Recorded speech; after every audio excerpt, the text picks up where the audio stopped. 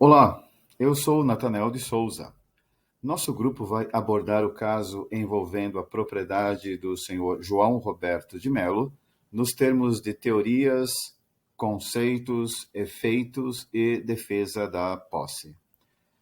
Inicialmente falaremos do conceito de posse, distinguindo-o do conceito de propriedade. O artigo 1128 do Código Civil afirma que o proprietário tem a faculdade de usar, gozar e dispor da coisa, além do direito de reavê-la do poder de quem quer que injustamente a possua ou detenha. Quanto à posse, o artigo 1196 do Código Civil considera possuidor todo aquele que tem de fato o exercício, pleno ou não, de alguns dos poderes inerentes à propriedade. A posse é conferida a quem age como se fosse dono. Assim, por exemplo, se alguém tem o exercício de uso ou de usufruto de um apartamento através de um contrato de locação, por exemplo, esse indivíduo tem a posse desse imóvel. As principais teorias de posse são a subjetiva de Savini, a objetiva de Ehring e a sociológica de Silvio Perozzi, Raymond Saleis e Hernandes Gil.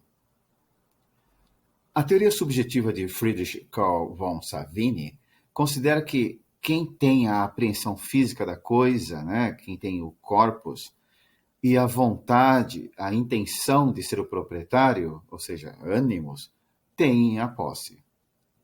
Um exemplo prático é a posse uso capiendo, quando basta quem possui a coisa com vontade de ser o proprietário para que possa beneficiar-se da uso capião. A teoria objetiva de Rudolf von Ehring, por sua vez, afirma que a posse é a união de dois elementos: corpus, a apreensão física da coisa, e a aparência, ou seja, a conduta perante o bem, perante a coisa, na forma de quem é o proprietário. Cabe, nesse caso, mais uma vez, o exemplo do locatário de um imóvel que, mesmo sem dispor da propriedade, comporta-se como se fosse o proprietário, sendo assim considerado possuidor, exercendo sobre a propriedade alguns poderes. Como se pode constatar a partir do artigo 1196 do Código Civil, prevaleceu no Brasil a teoria objetiva de von Ehring, que afirma a posse de quem tem o exercício, pleno ou não, de alguns dos poderes inerentes à propriedade. Já a teoria sociológica afirma que a posse existe quando a sociedade atribui ao sujeito o exercício da posse. Assim, por exemplo, aquele que dá destinação social a um bem pode ser o proprietário, claro, se a sociedade reconhecer tal condição. Vamos, portanto, considerar essa fundamentação teórica ao caso da fazenda do senhor João Roberto de Mello. João é o possuidor direto, pois ele é o proprietário da fazenda.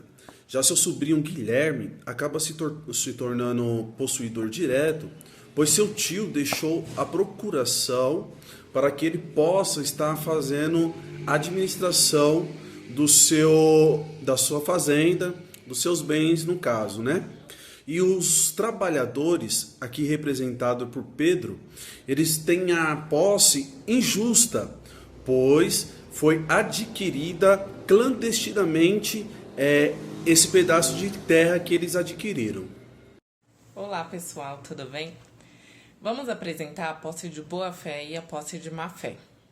Pode ser analisada da seguinte forma: Paulo Santos, como o procurador de Lucas Santos, possui a posse de boa-fé sobre a fazenda durante o período em que está administrando em nome do proprietário ausente.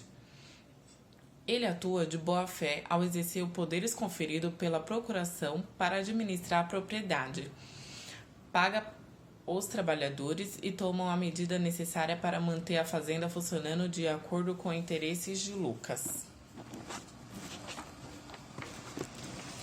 Guilherme e os outros trabalhadores revoltados que invadiram ilegalmente a fazenda e ocupar o parte dela age como posse de má-fé. Eles estão cientes de que não possuem nenhum direito legal sobre a propriedade, mas ainda assim ocupar e realizar construções sem autorização. A posse de má-fé ocorre quando alguém detém a posse de um bem sabendo que não possui direito legítimo por ele, agindo de forma contrária à lei e aos direitos do verdadeiro proprietário.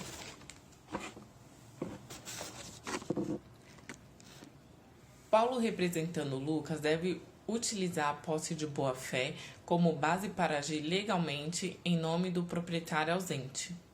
O advogado em São Paulo será fundamental para orientar Paulo e Lucas em relação à estratégia legais mais adequada para defender seus direitos. Em resumo, Paulo detém a posse de boa-fé como procurador de Lucas, enquanto Guilherme e os ocupantes ilegais detêm a posse de má-fé ao ocupar e construir ilegalmente.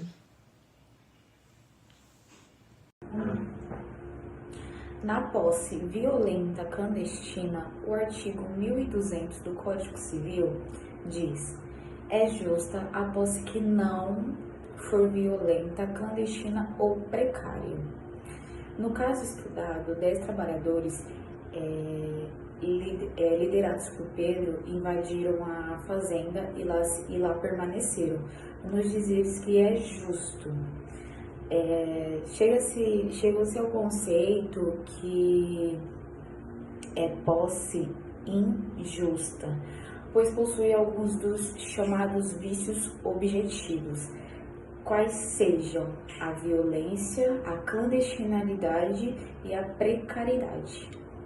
Caros colegas, analisando o estudo apresentado, podemos aplicar os conceitos da posse, frutos e benfeitorias da seguinte maneira: posse e frutos. João Roberto de Melo é o proprietário da fazenda, portanto, possui uma posse legítima da propriedade. Durante sua ausência, Guilherme de Melo recebeu uma procuração com plenos poderes para administrar a fazenda em nome de João Guilherme. Na qualidade de possuidor temporário da fazenda, tem o direito de usufruir dos frutos naturais, civis e industriais que a fazenda produz durante o período em que está administrada em nome de João.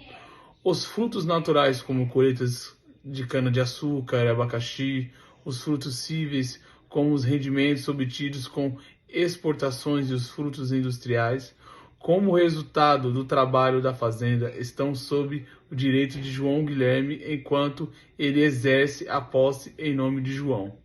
Posses e benfeitorias. Durante o período em que Guilherme administra a fazenda, ele pode realizar benfeitorias necessárias ou úteis para manter a propriedade e garantir sua produtividade. No entanto, Guilherme deve agir com diligência e responsabilidade na administração da fazenda, incluindo o pagamento aos trabalhadores e a manutenção das condições necessárias para a produção agrícola.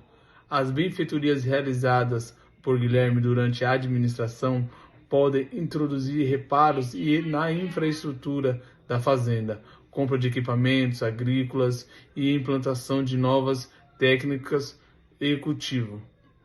A ocupação ilegal é a parte da fazenda por meio de Pascoal e outros trabalhadores revoltados constitui uma tentativa de posse de João sobre a propriedade.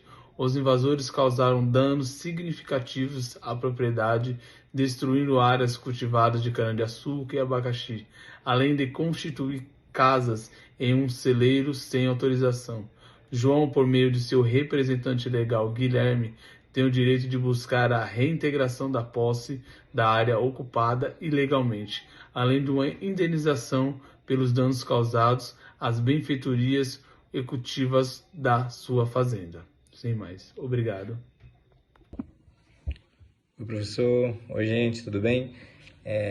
Então, em relação a esse caso aqui do próprio João, do Guilherme e dos invasores que foi ano passado, a gente discutiu e chegou em várias conclusões.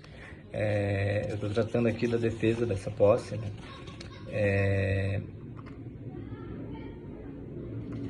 Quais as ações para a defesa da posse e a liminar nestas ações? Então, necessariamente aqui, especialmente para este caso, a gente tem que visar a reintegração da posse. E a gente também pode pedir a reparação dos danos. E os principais procedimentos que podem ser tomados já de início é a ação de reintegração de posse. O advogado ali de João, representado por Guilherme, ele vai elaborar uma petição, ajuizar uma ação e de reintegração de posse perante o Poder Judiciário. E nessa petição ele vai relatar os dados, fazer toda aquela parte de fundamento legal e dizer o que ocorreu. E ele também já pode fazer o pedido de liminar. Nesse pedido aí ele vai requerer